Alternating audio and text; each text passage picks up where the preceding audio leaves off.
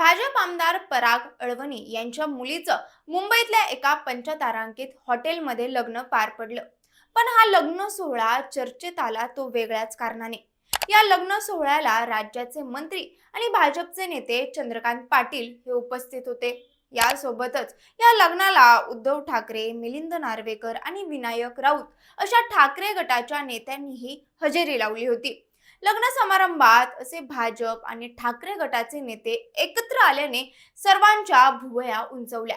एवढंच नाही तर चंद्रकांत पाटील, मिलिंद नार्वेकर आणि उद्धव ठाकरे यांच्यातला एक संवाद सुद्धा समोर आलाय, ज्यात हे तिन्ही नेते भाजप ठाकरे युतीबाबत चर्चा करताना दिसतायत. हा संवाद समोर आल्यानंतर पुन्हा एकदा राज्यात भाजप आणि ठाकरे गटाच्या युतीच्या चर्चांना उधाण आले.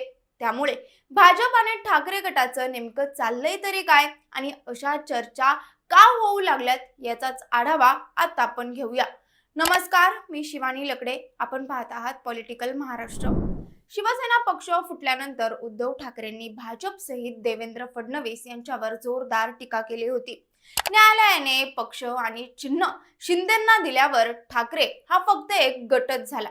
विधानसभा निवडणुकीत तर उद्धव ठाकरेंनी देवेंद्र फडणवीस यांना एकतर तू राहशील नाही तर मी राहीन अशी भूमिका घेतली होती. पण विधानसभेनंतर त्यांच्याच विधानाप्रमाणे त्यांचा पक्ष संपायच्या दिशेने वाटचाल करत असल्याचं दिसते.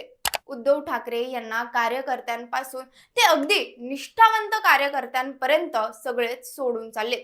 त्यामुळे पक्षातल्या या गळतीला थांबवण्याचं आव्हान त्यांच्या समोर उभं राहिले. पण आता चित्र बदलताना दिसते.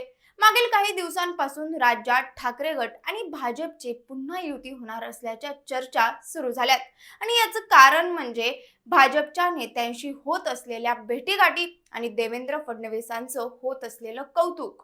गेल्या काही दिवसांपासून ठाकरे आणि भाजपमधील जवळीक जरा जास्तच वाढताना दिसते. हिवाळी अधिवेशनावेळी उद्धव ठाकरेंनी देवेंद्र फडणवीसांची त्यांच्या दालनात जाऊन भेट घेतली होती. तसंच मुख्यमंत्रीपदी निवड झाल्याबद्दल ठाकरेंनी फडणवीसांना शुभेच्छा सुद्धा दिल्या होत्या. एवढंच काय तर फडणवीसांचं सामनामधून भरभरून कौतुक सुद्धा करण्यात आलं. आणि आता तर गेल्या काही दिवसांपासून देवेंद्र फडणवीसांवर टीका करणंही टाळतायत. अशातच उद्धव ठाकरे आणि चंद्रकांत पाटील यांच्यात युतीचा संवाद झाला. जेव्हा मिलिंद नार्वेकर, चंद्रकांत पाटील आणि उद्धव ठाकरे भेटले तेव्हा मिलिंद नार्वेकरांनी मग युती कधी अशी गुगली टाकली. त्यावर चंद्रकांत पाटील यांनी हजरजबाबीपणे मी या सुवर्ण क्षणाची वाट पाहतोय असं उत्तर देऊन टाकलं. मग काय, यानंतर राज्यात लवकरच भाजप ठाकरेंची युती होईल अशा चर्चा सुरू झाल्या.